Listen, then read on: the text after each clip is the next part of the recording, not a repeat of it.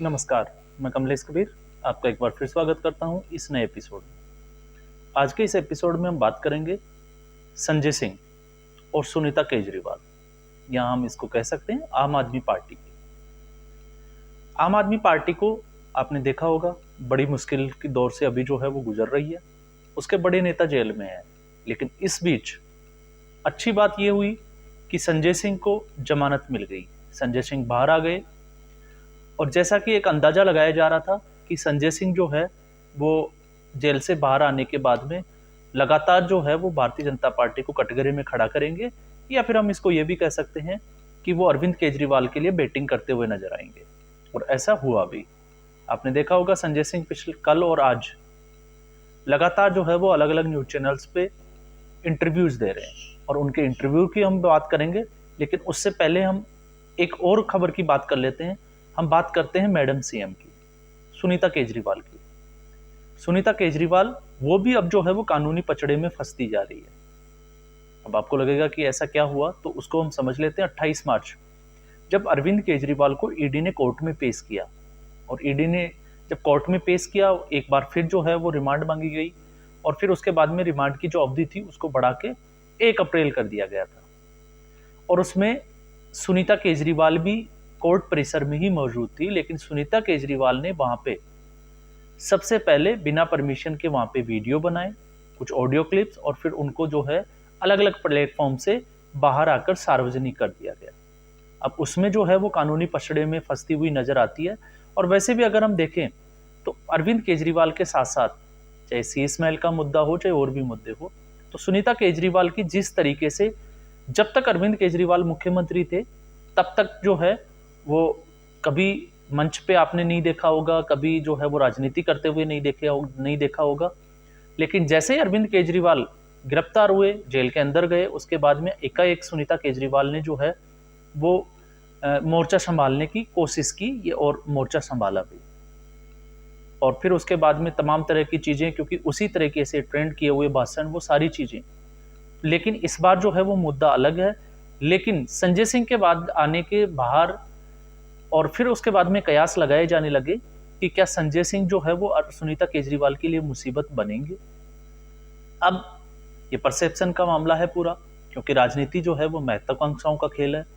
ऐसी स्थिति में अब ये आने वाले दिनों में पता चलेगा कि सुनीता केजरीवाल के लिए संजय सिंह मुसीबत बन सकते हैं या नहीं बन सकते, क्योंकि इशारा ये लगाया जा रहा है कि संजय सिंह जो है वो एक बड़े लीडर है, और काफी वक्त से जो है वो राजनीति में सक्रिय है। ऐसी स्थिति में कहीं दिल्ली की मुख्यमंत्री की जो है कुर्सी वो संजय सिंह ना ले ले, ऐसा जो है वो लगातार राजनीतिक विश्लेषक हो चाहे अलग अलग सोशल मीडिया प्लेटफॉर्म हो, ये अंदाजा लगाया जाता है।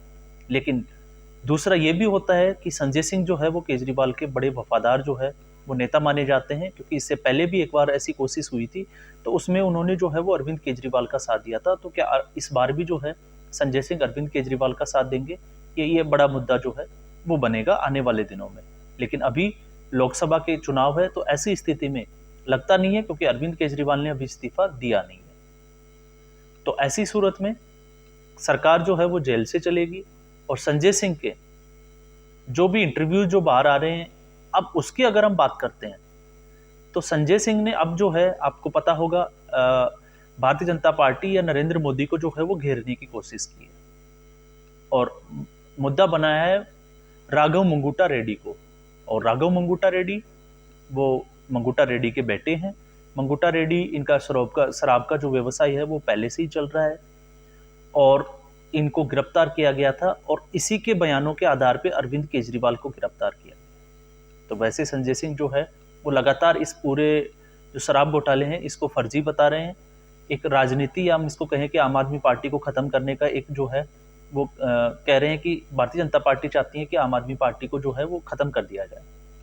लेकिन अब हम इस पे गौर करते हैं, क्योंकि इलेक्ट्रोल बॉन्ड को लेके भी ये बड़ा जो है वो एक मुद्दा बना था, कि जब इनको अरेस्ट किया गया और फिर उसके बाद में उन्होंने जो है वो इलेक्ट्रोल बॉन्ड खरीदे, और फिर उसके बाद जमानत हो गई। लेकिन इनको अरेस्ट किया गया, इससे पहले भी जो है वो इन्होंने डोनेशन दिया था। ये भी बातें जो है वो सामने निकल के आई है। खैर, मामला क्या है, आने वाले दिनों में जो है वो तस्वीरें और साफ होती चली जाएगी। लेकिन इस बात में इससे ये साबित कैसे होगा कि आम आदमी पार्टी या अरविंद केजरीवाल जो है वो निर्दोष है। अब इसकी वजह क्या है वो भी हम समझ लेते हैं। अगर मंगूटा रेड्डी ठीक है, बीजेपी का प्लांट किया हुआ अगर व्यक्ति है जो अरविंद केजरीवाल को फंसाने की कोशिश कर रहा है, क्योंकि संजय सिंह ने बड़ा आरोप लगाया कि 6 बयानों के बाद में 7वें बयान में उन्होंने जो है वो अरविंद केजरीवाल का नाम लिया और उसके बाद में उनकी जमानत हो गई। खैर, इसको भी हम सही मान लेते हैं एक बार के लिए, लेकिन अगर मंगूटा रेड्डी को हम बीजेपी का प्लांट किया हुआ अगर मानते हैं तो इससे पहले विजय नायर को, क्योंकि इस कड़ी में शुरुआत जो है वो विजय नायर से होती है। तो विजय नायर को फिर संजय सिंह या आम आदमी पार्टी कैसे डिफेंड करेगी, ये जो है वो बड़ा सवाल बन जाता है। क्योंकि विजय नायर, आपको पता होगा, कैलाश गहलोत जो कि एक मंत्री है, परिवहन मंत्री, और उनके बंगले में जो सरकारी बंगला उनको अलॉट हुआ था सिविल लाइंस में, उस बंगले में रह रहे थे। और जब इस कैलाश गहलोत से ईडी ने जब पूछताछ की तो कैलाश गहलोत ने कहा था कि उनको इस बारे में कुछ पता नहीं है। तो एक मंत्री जिसको अलॉट होता है बंगला और उसमें कौन रह रहा है, अगर इसका मंत्री को पता नहीं है तो फिर किसको पता होगा?